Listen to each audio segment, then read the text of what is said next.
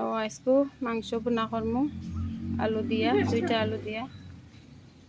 আমি আদা রসুন দিলাম মাংসের লাগি। পেঁয়াজ দিলাম, তেল দিলাম, হলদির গুঁড়া, বাহরের গুঁড়া,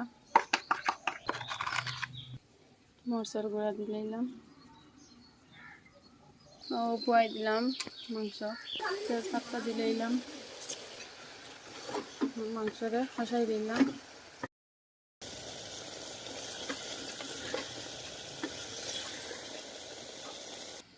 এনে দেখা যায়